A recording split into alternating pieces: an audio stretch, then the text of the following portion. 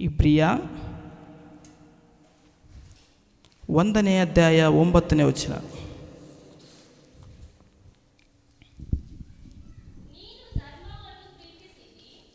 ನೀನು ಧರ್ಮವನ್ನು ಪ್ರೀತಿಸಿದ್ದಿ, ಅಧರ್ಮವನ್ನು ದ್ವೇಷಿಸಿದ್ದಿ. ಸಾಕಮಷ್ಟೆ. ದೇವರು ಏನು ಹೇಳ್ತಾ ಇದ್ದಾನೆಂದರೆ ಪ್ರಿಯರೇ, ಧರ್ಮವನ್ನು ಪ್ರೀತಿಸುತ್ತಾ ಇದ್ದಾನೆ. ಧರ್ಮವಂದರೆ ಏನು? ಇಂಗ್ಲೀಷ್ನಲ್ಲಿ ವರ್ಡ್ ಚೆನ್ನಾಗಿರುತ್ತದೆ. ದೇವರು ನಮ್ಮನ್ನು ಪ್ರೀತಿಸುತ್ತಾ ಇದ್ದಾನಂತ, ನಮ್ಮ ಕ್ರಿಯೆಗಳನ್ನು ಕೂಡ ಪ್ರೀತಿಸುತ್ತಾ ಇದ್ದಾನಂತೆ ಆತನು. ಅಧರ್ಮವನ್ನು ದ್ವೇಷಿಸುತ್ತಾ ಇದ್ದಾನೆ. ಅನೇಕ ಜನಗಳು ಚರ್ಚ್ನಲ್ಲಿ ಬರುವಾಗ ಫೋನ್ ಒತ್ತುವುದು, ವಾಕ್ಯ ಕೇಳುವುದಿಲ್ಲ. ಎದಕ್ಕಂದರೆ ಅವರು ಅಧರ್ಮವನ್ನು ಪ್ರೀತಿಸುತ್ತಾ ಇದ್ದಾರೆ, ಧರ್ಮವನ್ನಲ್ಲ. ಧರ್ಮ ಅಂತಂದರೆ ಕುಲ ಧರ್ಮ, ಆ ಧರ್ಮ ಅಲ್ಲ. ದೇವರ ವಾಕ್ಯದಲ್ಲಿ ದೇವರಿಗೆ ಅನುಗುಣವಾಗಿ ನಡೆಯುವುದೇ ಒಂದು ಧರ್ಮ. ಹಲ್ಲೆಲೂಯಾ. ಅದಕ್ಕೆ ದೇವರು ಏನು ಹೇಳುತ್ತಾ ಇದ್ದಾನೆಂದರೆ, ಮೋಶೆಗೆ ಹೇಳಿದನು, ನೀನು ಮುಂದೆ ನಡಿ, ನಾನು ದೇವದೂತರನ್ನು ಕಳಿಸುತ್ತೇನೆ. ದೇವದೂತರು ನಮ್ಮ ಮುಂದೆ ಕೂಡ ಇದ್ದಾರೆ, ಆದರೆ ನಾವು ದೇವರಲ್ಲಿ ಇದ್ದೀವಾ ಇಲ್ವಾ? ಕೀರ್ತನೆ 34ನೇ ಅಧ್ಯಾಯ 7ನೇ ವಚನದಲ್ಲಿ ಹೇಳುತ್ತದೆ, ದೇವರು ನಮಗೆ ದೂತರನ್ನು ಕಾವಲಿಯಾಗಿ ಇಳಿಸಿದ್ದಾನಂತ. ಹಲ್ಲೆಲೂಯಾ. ಕೀರ್ತನೆ 34ನೇ ಅಧ್ಯಾಯ 7ನೇ ವಚನ. ಯೆಹೋವನ ಭಯಭಕ್ತಿ ಉಳ್ಳವರ ಸುತ್ತಲೂ ಆತನ ದೂತನು ದಂಡೆಳಿಸಿ ಕಾವಲಾಗಿದ್ದು ಕಾಪಾಡುತ್ತಾನೆ. ಯಾಕೆ ದಾವೀದನು ಈ ಮಾತು ಹೇಳಿದನು? ನಾವು ಸಣ್ಣ ಸಮಸ್ಯೆ ಬರುವಾಗ ಹಿಂತಿರುಗಿ ಹೋಗುವುದು ಅಲ್ಲ ಪ್ರಿಯರೇ. ಯಾಕಂತಂದರೆ ದೇವರು ನಮ್ಮನ್ನು ನೇಮಿಸಿಕೊಂಡು ಆತನ ಮಕ್ಕಳಾಗಿ ನಮ್ಮನ್ನು ಮಾರ್ಪಡಿಸಿಕೊಂಡಿದ್ದಾನೆ. ಹಲ್ಲೆಲೂಯಾ. ನಾವು ಈ ದಿನದಲ್ಲಿ ದೇವರು ನಮ್ಮನ್ನು ಆಶೀರ್ವದಿಸುತ್ತಾ ಇದ್ದಾನೆಂದರೆ ಯಾಕೆ? ದೇವದೂತರನ್ನು ಯಾಕೆ ನಮ್ಮ ಹತ್ರ ಇಟ್ಟಿದ್ದಾನೆ? ಆತನ ಕೃಪೆ ನಮ್ಮ ಹತ್ರ ಇದೆನಾ ಇಲ್ಲವಾ? 23 23ನೇ ಅಧ್ಯಾಯ 23ನೇ ವಚನ, ವಿಮೋಚನಾ ಕಾಂಡ. ನನ್ನ ದೂತನು ನಿಮ್ಮ ಮುಂದೆ ಮುಂದೆ ನಡೆದು ಅಮೋರಿಯರು, ಹೀತಿಯರು, ಫಿರಾಜಿಯರು, ಕಾನಾನ್ಯರು, ಯೆಬೂಸಿಯರು, ನಿಮ್ಮನ್ನು ಸೇರಿಸುವ. ಮೋಶೆ ದೇವರು ಅರಣ್ಯದಲ್ಲಿ 40 ವರ್ಷ ಅರಣ್ಯದಲ್ಲಿ 40 ವರ್ಷ ಹಗಲು ಇರುಳು ನಡೆಸಿದನು. ದೇವರು ಅಮಾಲೇಕರು ಅವರ ಹಿಂದೆ ಬರುವಾಗ ದೇವರು ತನ್ನ ದೂತನನ್ನು ಮುಂದೆ ಕಳಿಸಿ ನಡೆಸುತ್ತಾ ಇದ್ದಾನೆ. ಮೋಶೆಯನ್ನು ನಡೆಸಿದ ದೇವರು ನಿಮ್ಮನ್ನು ನಡೆಸಲ್ವಾ? ಅವಾಗಿನ ಕಾಲದಲ್ಲಿ ದೇವರಿಗೆ ನೈವೇದ್ಯ ಅರ್ಪಿಸುತ್ತಾ ಇದ್ದರು, ದಹನ ಬಲಿಯನ್ನು ಮಾಡ್ತಾ ಇದ್ದರು. ಈಗಂತೂ ಇಲ್ಲ. ನಮಗೆ ದೇವರು ಸ್ವೇಚ್ಛೆ ಕೊಟ್ಟಿದ್ದಾನೆ. ಹಲ್ಲೆಲೂಯಾ. ಅದಕ್ಕೆ ಮೋಸೆಯನ್ನು 40 ವರ್ಷ ಅಂದರೆ 40 ವರ್ಷ ಯಾಕೆ ನಡೆಸಿದನೆಂದರೆ, ಆತನಿಗೆ ದೇವರ ಸೇವೆ ಎಂದರೆ ಏನು, ಸುವಾರ್ತೆ ಎಂದರೆ ಏನು, ಹೇಗೆ ದೇವರ ಸೇವೆ ಮಾಡಬೇಕೆಂಬುದಾಗಿ ಮೋಸೆ ಪರೀಕ್ಷಿಸಿದನು ದೇವರು. ಹಲ್ಲೆಲೂಯಾ. ನಮ್ಮನ್ನು ಈ ದಿನವೂ ಪರೀಕ್ಷಿಸಿಕೊಳ್ಳಬೇಕು ಪ್ರಿಯರೇ. ಯಾಕಂತಂದರೆ ದೇವರ ಕರ್ತನ ಮೇಜು ತಿಂಗಳಿಗೊಮ್ಮೆ ಬರುತ್ತದೆ ಎಂಬುದಾಗಿ ತೆಗೆದುಕೊಳ್ಳುವುದಲ್ಲ. ಯಾಕಂತಂದರೆ ನಾವು ದೇವರಲ್ಲಿ ಇದ್ದೇವಾ ಇಲ್ಲವಾ? ಮೋಶೆ ನೋಡ್ರಿ ಪ್ರಿಯರೇ, ನೀರು ಇಲ್ಲ, ಆತನಿಗೆ ಆಹಾರವೂ ಇಲ್ಲ, ಆದರೂ ದೇವರು ಪೋಷಿಸುತ್ತಾ ನಡೆಸಿದನು. ಸೇವೆಯಲ್ಲಿ ಅನುಭವವುಳ್ಳವರಾಗಿರಬೇಕು ಪ್ರಿಯರೇ. ಮೊದಲನೇ ಸ್ಥಾನ ಪ್ರಾರ್ಥನೆಗೆ ಕೊಡಬೇಕು. ಹಲ್ಲೆಲೂಯಾ. ಅಪೊಸ್ತಲ ಸುವಾರ್ತೆ 12ನೇ ಅಧ್ಯಾಯ 7ನೇ ವಚನದಲ್ಲಿ ಓದೋಣ ಪ್ರಿಯರೇ. ದ ಏಂಜಲ್ ಪ್ರೊಟೆಕ್ಟ್ ಎಂಬುದಾಗಿರುತ್ತದೆ ಇಂಗ್ಲೀಷ್ನಲ್ಲಿ. ಕನ್ನಡನಲ್ಲಿ ಓದೋಣ. ಅಪೊಸ್ತಲ 12ನೇ ಅಧ್ಯಾಯ 7ನೇ ವಚನ.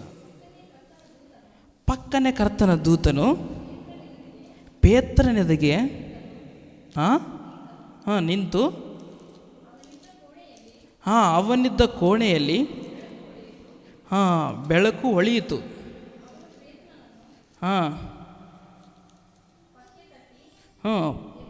ಎಬ್ಬಿಸಿ ತಟ್ಟನೆ ಏಳು ಅಂದನು. ಆಗಲೇ ಅವನ ಕೈಗಳಿಗೆ ಹಾಕಿದ ಸರ್ಪಣೆಗಳು ಕಳಚಿ ಬಿದ್ದವು. ನೋಡ್ರಿ ಪ್ರಿಯರೇ, ಪೇತ್ರನು ಮೊದಲನೇ ಶಿಷ್ಯ ಯೇಸು ಕ್ರಿಸ್ತನಿಗೆ. ಪೇತ್ರನು ಒಂದನೇದು ಎಲ್ಲಿ ಕಾಣಿಸ್ಕೊಳ್ತಾನಂದರೆ, ಹಡಗಿನಲ್ಲಿ ನೀರಿನ ಮೇಲೆ ನಡೆದು ಬಾ ಎಂಬುದಾಗಿ ಆವಾಗ ಅಲ್ಲಿ ಕಾಣಿಸಿದ ಪೇತ್ರನು ಇಲ್ಲೇ ಕಾಣಿಸ್ತಾನೆ ಅಪೊಸ್ತಲ ಸುವಾರ್ತೆಯಲ್ಲಿ. ಪೇತ್ರನಿಗೆ ಸೆರೆಮನೆಯಲ್ಲಿ ಹಾಕುವಾಗ ಆತನಿಗೆ 2 ಬೇಡಿಗಳನ್ನು ಹಾಕುತ್ತಾರೆ.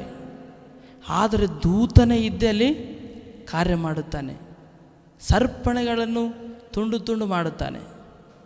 ಯಾಕೆ ಮಾಡಿದನು? ದಾನಿಯೇಲನ್ನು ನೋಡ್ರಿ ಪ್ರಿಯರೇ, ಸಿಂಹದ ಗವಿಯಲ್ಲಿ ಹಾಕಿದ್ರು ಕೂಡ ಸಿಂಹಗಳು ಏನೂ ಮಾಡಲಿಲ್ಲ. ಯಾಕೆ?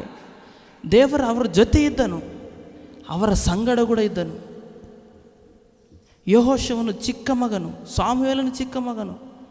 ದೇವರು ಟೀನೇಜ್ನಲ್ಲಿ ಅವರನ್ನು ಆರಿಸಿಕೊಂಡನು ಪ್ರಿಯರೇ. ಹಿರಿಯರಾದರು ಅಂತಲ್ಲ, ಟೀನೇಜ್ದಲ್ಲೇ 13, 14, 15 ವರ್ಷದಲ್ಲೇ ದೇವರು ಅವರನ್ನು ಆರಿಸಿಕೊಂಡರು. ನಾವೇ ಯಾಕೆ ಆರಿಸಿಕೊಳ್ತಾ ಇಲ್ಲ ದೇವರ ಸನ್ನಿಧಾನದಲ್ಲಿ? ಹಲ್ಲೆಲೂಯಾ. ಅದಕ್ಕೆ ಪ್ರಾರ್ಥನೆ ಪ್ರಾಮುಖ್ಯ. ಅವರು ಮಾಡಿದ್ದು, ಪೌಲ ಸೀಲರು ಕೂಡ ಸೆರೆ ಮೇಲೆ ಹಾಕುವಾಗ ಪ್ರಾರ್ಥಿಸಿದರು, ಆರಾಧನೆ ಮಾಡಿದರು, ಜೋರಾಗಿ ಆರಾಧಿಸಿದರು. ಆ ಬಾಯಿ ತೆರೆದು ಪ್ರಾರ್ಥಿಸಬೇಕು, ದೇವರಿಗೆ ಕೃತಜ್ಞತೆ ಸಲ್ಲಿಸಬೇಕು. ನೀವು ದಿನ ಬರ್ತಾ ಇಲ್ಲ, ವಾರಕ್ಕೆ 1 ದಿನ ಸಭೆಗೆ ಬರ್ತಾ ಇದ್ದೀರಿ. ದೇವರನ್ನು ಆರಾಧಿಸಬೇಕು ಪೂರ್ಣ ಮನಸ್ಸಿನಿಂದ. ಅದೇ ಅಂತ ಇದ್ದಾನೆ ದಾವೀದನು, ನಾವು ಪೂರ್ಣ ಮನಸ್ಸಿನಿಂದ, ಪೂರ್ಣ ಆತ್ಮನಿಂದ, ಪೂರ್ಣ ಶಕ್ತಿಯಿಂದ, ಬಲದಿಂದ ನಾವು ಆತನನ್ನು ಆರಾಧಿಸಬೇಕು. ಹಲ್ಲೆಲೂಯಾ. ನಾವು ಯಾವಾಗಲೂ ದೇವರ ಸನ್ನಿಧಾನದಲ್ಲಿ ಬರುವಾಗ ಆ ಕಡೆ ಈ ಕಡೆ ನೋಡಬಾರ್ದು. ದೇವರ ಕಡೆಗೆ ಪ್ರಾರ್ಥಿಸಬೇಕು, ದೇವರ ಕಡೆಗೆ ಕಣ್ಣುಗಳನ್ನೆತ್ತಿ ನೋಡಬೇಕು ಪ್ರಿಯರೇ. ಹಲ್ಲೆಲೂಯಾ. ಅದಕ್ಕೆ ದೇವರು ಅನೇಕ ಸ್ಥಳದಲ್ಲಿ ಬರೆದಿದ್ದಾನೆ. ಪ್ರಾರ್ಥನೆ ಎಂಬುದು ಅನೇಕ ಸ್ಥಳಗಳಲ್ಲಿ ಬರೆಯಲ್ಪಟ್ಟಿದೆ. 1 ಕೊರಿಂಥಿ 14, 15, 16ರಲ್ಲಿ ಗೋಳಾಡಿ ಪ್ರಾರ್ಥಿಸಿರಿ. ಯೂದ 1ನೇ ಅಧ್ಯಾಯ 8ನೇ ವಚನದಲ್ಲಿ ನೀವು ಪ್ರಾರ್ಥಿಸಿರಿ, ಅನ್ಯ ಭಾಷೆಯಿಂದ ಮಾತನಾಡಿರಿ. ಅಪೊಸ್ತಲ ಕೃತ್ಯಗಳು 12ನೇ ಅಧ್ಯಾಯ 5, 10ನೇ ವಚನದಲ್ಲಿ ದೇವರು ಪ್ರಾರ್ಥಿಸಿರಿ, ಪ್ರಾರ್ಥಿಸಿರಿ, ಪ್ರಾರ್ಥಿಸಿರಿ. ಆದಿಕಾಂಡ ಹಿಡಿದು ಪ್ರಕಟಣಾ ಗ್ರಂಥವರೆಗೆ ಯಾಕೆ ಹೇಳುತ್ತಾ ಇದ್ದಾನೆ? ನಿನ್ನ ಮಕ್ಕಳಿಗಾಗಿ, ನಿಮ್ಮ ಕುಟುಂಬಕ್ಕಾಗಿ, ಸಭೆಗಾಗಿ, ಸಭೆಯಲ್ಲಿರುವಂಥ ಸೇವಕರಿಗಾಗಿ, ನಿಮ್ಮ ಕುಟುಂಬಕ್ಕಾಗಿ, ನಿನ್ನ ಮಕ್ಕಳಿಗಾಗಿ ಪ್ರಾರ್ಥಿಸಿರಿ. ಎಷ್ಟು ಪ್ರಾರ್ಥಿಸುತ್ತೇವೋ ಅಷ್ಟು ಜಯ ಹೊಂದಲಿಕ್ಕೆ ಸಾಧ್ಯ. ಹಲ್ಲೆಲೂಯಾ. ಒಂದು ಕತೆ ಹೇಳುತ್ತೇನೆ ಪ್ರಿಯರೇ. ಕತೆ ಅಲ್ಲ, ರಿಯಲ್ ಸ್ಟೋರಿ. ಚೆನ್ನಾಗಿ ಕೇಳ್ರಿ. ಕೇರಳನಲ್ಲಿ ಒಬ್ಬ ಸೇವಕರು ಇದ್ದರು. ಒಂದು ವಿಶ್ವಾಸ ಕುಟುಂಬವಿತ್ತು. ಅಲ್ಲಿ ಆತನಿಗೆ ದೆವ್ವ ಹಿಡಿದಿತ್ತು ಪ್ರಿಯರೇ. ದೆವ್ವ ಹಿಡಿದಾಗ ಒಬ್ಬ ಸೇವಕನ ಮುಂದೆ ಬಂದು, ಆ ಗ್ರಾಮ ಕುಗ್ರಾಮ ಎಂಬುದಾಗಿ ಇರುತ್ತದೆ ಕಡೆ, ಒಂದು ಗ್ರಾಮದಲ್ಲಿ ಆತನಿಗೆ ದೆವ್ವ ಹಿಡಿದಿತ್ತು. ಸೇವಕರು ಹೋದರು, ಪ್ರಾರ್ಥಿಸಿದರು. ಆ ದೆವ್ವ ಎಂಥದಂದರೆ ಬಂದವರಿಗೆಲ್ಲ ಕಚ್ಚುತ್ತದಂತ. ನಾಯಿ ಥರನೇ ದೆವ್ವು, ತಲೆ ನಿಂತು ಹೊಡೆಯೋದು, ಅವ ಏನೇನೋ ಮಾಡ್ತಾನಂತ. ಆ ಥರ ದೆವ್ವ ಹಿಡಿದಿತ್ತು ಅವನಿಗೆ. ಒಬ್ಬ ಸೇವಕರು ಹೋದನು. ಒಬ್ಬ ಸೇವಕನ ಪ್ರಾರ್ಥನೆ ಆಯಿಲನ್ನು ಹಚ್ಚುವಾಗ ಎಣ್ಣೆ ಆ ಸೇವಕನ ಕೈ ಕಚ್ಚಿಬಿಟ್ಟದಂಥದ್ದು. ಮತ್ತು ಇನ್ನೊಬ್ಬ ಸೇವಕನಿಗೆ ಹಬ್ಬ ಇದು ಹೋಗಲ್ಲ ಅಂತ ಅನೇಕ ಸ್ಥಳಗಳಲ್ಲಿ ಹೋಗಿಬಿಟ್ಟಿದ್ದಾರೆ ಅವರು. ಅನೇಕ ಸ್ಥಳದಲ್ಲಿ ಹೋದರೂ ತೋರಿಸಿದ್ರು ಕೂಡ ಕಡಿಮೆ ಆಗಲಿಲ್ಲ. ಆಮೇಲೆ ಮತ್ತು ಇನ್ನೊಬ್ಬರು ಸೇವಕರು ಬರುವಾಗ ಆ ಸೇವಕರು ದೂರ ನಿಂತು, ನೀನು ಒಬ್ಬನ ಸೇವಕನ ಕೈ ಕಚ್ಚಿದ್ದಪ್ಪ, ಯೇಸು ನಾಮದಲ್ಲಿ ನಿನಗೆ ಗುಣ ಹೊಂದಿಲ್ಲ ಅನ್ನೋ ಫುಲ್ ಅವನು ಬಟ್ಟೆ ಎಲ್ಲ ಹರಿದು ಬಿಟ್ಟಿದ್ದಾತ. ಫುಲ್ ಅವನ ಬಟ್ಟೆನೇ ಹರಿದು ಬಿಟ್ಟೈತಿ. ಮತ್ತು ಇನ್ನೊಬ್ಬ ಸೇವಕರು ಪ್ರಾರ್ಥನೆ 4 ಗಂಟೆಗೆ ಎದ್ದು 8 ಗಂಟೆ ತನಕ ಪ್ರಾರ್ಥಿಸುವಂಥ ಪ್ರಾರ್ಥನೆ ವೀರರೊಬ್ಬ ಸೇವಕನ ಹತ್ರ ಹೋಗಿ ಆತನ ಮುಂದೆ ಹೇಳುವಾಗ, ದೆವ್ವ ಬಿಡ್ತೀನಿ ಹೋಗ ಅಂತಂದು ಆ ಸೇವಕನು ಬಂದು, ಸೇವಕನು ಮನೆಯಲ್ಲಿ ಹೋಗ್ತಾ ಇದ್ದಾನೆ. ಮನೆಯಲ್ಲಲ್ಲಪ್ಪ, ನಾವಲ್ಲಿ ಗಿಡಗೆ ಕಟ್ಟಾಕಿದ್ದೇವೆ, ಅವನು ದೆವ್ವ ಹಿಡಿದು ಭಾಳ ಚೀರಾಡ್ತಾ ಇದ್ದಾನೆ, ಮನೆ ಹೊಡಿತಾ ಇದ್ದಾನೆ, ತಲೆ ನಿಂತ ಗುದ್ದುತ್ತಾ ಇದ್ದಾನಂತ ಮನೆಗೆ. ಆ ಥರ ದೆವ್ವ ಹಿಡಿದು ಆತನು ಬಂದು, ಅದು ತಾಟಿಕೊಬ್ಬಿರ ಅಂತಾರೆ ತೆಲುಗು ಒಳಗೆ, ಗಿಡ, ತೆಂಗಿನಕಾಯಿ ಗಿಡ ಆ ಥರ ಪ್ಲೇ, ಆ ಗಿಡಗೆ ಕಟ್ಟ ಹಾಕಿದರು. ತಾಳೆಹಣ್ಣು, ತಾಳೆ ಗಿಡ, ತಾಳೆ ಗಿಡಗೆ ಕಟ್ಟ ಹಾಕಿದಾರಂತ ಅವನಿಗೆ. ಕಟ್ಟ ಹಾಕೋಣ. ಆವಾಗ ಸೇವಕರು ಬಂದು ಪ್ರಾರ್ಥಿಸಿದಾಗ ಯೇಸುವಿನ ನಾಮದಲ್ಲಿ ಅಂತಂದು ಹಿಂಗೆ ಕೈ ಮುಟ್ಟಿದಾನಂತ. ಕೈ ಮುಟ್ಟಣ ಆತನಿಗೆ ಬಿಡುಗಡೆ ಆಯಿತು. ಬಿಡುಗಡೆ ಆಗೋಣ ಆವಾಗ ಆ ಸೇವಕನು ಹೋಗ್ತಾ ಇದ್ದಾನೆ, ದಾರಿ ಹಿಡಿದು ಹೋಗ್ತಾ ಇರುವಾಗ ಈ ದೆವ್ವಿಡ್ದ ವ್ಯಕ್ತಿ, ಅಮ್ಮ ನನಗೆ ಗುಣ ಆಯಿತು ಅಂದರೆ ನಮಗೆ ನಂಬಿಕೆ ಇಲ್ಲಪ್ಪ, ನೀನು ಹೊಡಿತಿ ಮಾಡ್ತಿ ಎಂಬುದಾಗಿ ಇವ್ರ ವಿಶ್ವಾಸ.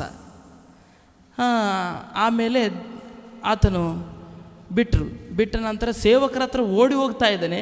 ಸೇವಕರು ನೋಡಿ ಇವನನ್ನು ಮತ್ತೆ ಹುಚ್ಚನನ್ನು ಬಿಟ್ಟು ನನ್ನ ಮೇಲೆ ಅಂತ ಓಡ್ತಾ ಇದ್ದಾನೆ ಸೇವಕನು. ನೋಡ್ರಿ ಪ್ರಿಯರೇ, ಚೆನ್ನಾಗಿ ಕೇಳ್ರಿ, ಓಡ್ತಾ ಇದ್ದಾನೆ. ಓಡಿ ಹೆಣ್ತಿ ಬಾಂಡೆ ತಿಕ್ತಾ ಇದ್ದಾಳೆ, ಒಳಗೆ ನಡಿ ದೆವ್ವಿಡ್ದವನು ಬರ್ತಾ ಇದ್ದಾನೆ ಅಂತ. ಯಾಕೆ ನಾನು ಒಳಗೆ ಹೋಗಿ ಬಾಗಿಲು ಹಾಕಿದ ಮೂಲಕ ಅವನು ಹುಚ್ಚ ಹಿಡ್ದವ ಬಂದು, ಅಯ್ಯ ನನಗೆ ಗುಣ ಆಗಿದೆ ಅಯ್ಯ, ನಂಬ್ರಿ ನನ್ನ. ಬೇಡ ನಿನ್ನ ಮೇಲೆ ವಿಶ್ವಾಸ ಇಲ್ಲ. ಸೇವಕರಿಗೆ ಕೈ ಕಚ್ಚಿದಂತ, ಇನ್ನೊಬ್ಬರು ಸೇವಕರಿಗೆ ಅಂಗಿ ಹರಿದಿದೆ ಅಂತ, ನೀನು ನನ್ನನ್ನು ಬಿಡಲ್ಲಪ್ಪೋ, ಸಾಯಿಸ್ತೆ ಎಂಬುದಾಗಿ ಸೇವಕನ ಅಂತ ಇದ್ದಾನೆ. ಆದರೆ ಆಮೇಲೆ ಕಿಟಕಿ ತೆರೆದು ನೀನು ಮೊಣಕಾಲಾಗಿ ಪ್ರಾರ್ಥಿಸ, ನಾನು ಹೇಳ್ದಂಗೆ ಹೇಳು ಅಂತ ಅಂದಿದ್ದಾನಂತ. ಆವಾಗ ಹೇಳೋಣ ಸೇವಕರು ಬಾಗಿಲು ತೆರೆದು, ಆವಾಗ ಸೇವಕರಿಗೆ ನಂಬಿಕೆ ಬರ್ತಾ ಇದೆ, ಅಪ್ಪ ನೀನು ನನ್ನೊಂದಿಗೆ ಇದೆ ಇಲ್ಲ ಎಂಬುದಾಗಿ. ಹಲ್ಲೆಲೂಯಾ. ಏನಂತಂದರೆ ವಿಶ್ವಾಸವು ಪ್ರಾಮುಖ್ಯ. ಅಲ್ಲಿ ಕಾರ್ಯ ಮಾಡೋದು ಸೇವಕನಲ್ಲ. ಅನೇಕ ಜನಗಳು ಸೇವಕನು ಗುಣ ಮಾಡಿದ್ದಾನೆ ಅಂತ ಸೇವಕನಿಂದ ಹೋಗ್ತಾ ಇದ್ದಾರೆ. ನನಗೆ ರಣೋಡ್ ಬಾಂಕಯ್ಯ ಅವರು ಆಶೀರ್ವದಿಸಿದರು, ನನಗೆ ಗುಣ ಆಯಿತು. ಬೆನೀಮ್ ಆಶೀರ್ವದಿಸಿದರು, ಅವರೆಲ್ಲ ಆಶೀರ್ವದಿಸಿದ್ದು ದೇವರು ಆಶೀರ್ವದಿಸಿದನು. ಹಲ್ಲೆಲೂಯಾ. ಅಲ್ಲೇ ಇದ್ದು ಆತನಿಗೆ ದೆವ್ವ ಬಿಡಿಸಿದ್ದು ದೇವರೇ. ಹಲ್ಲೆಲೂಯಾ. ಅದಕ್ಕೆ ನಾವು ನಂಬಿಗಸ್ತರಾಗಿರಬೇಕು. ನಮ್ಮ ಮುಂದೆ ಯಾರಿದ್ದಾರೆ? ದೇವರು ಇದ್ದಾರೆ. ನಾವು ವಿಶ್ವಾಸ ಇಡಬೇಕು ದೇವರ ಮೇಲೆ.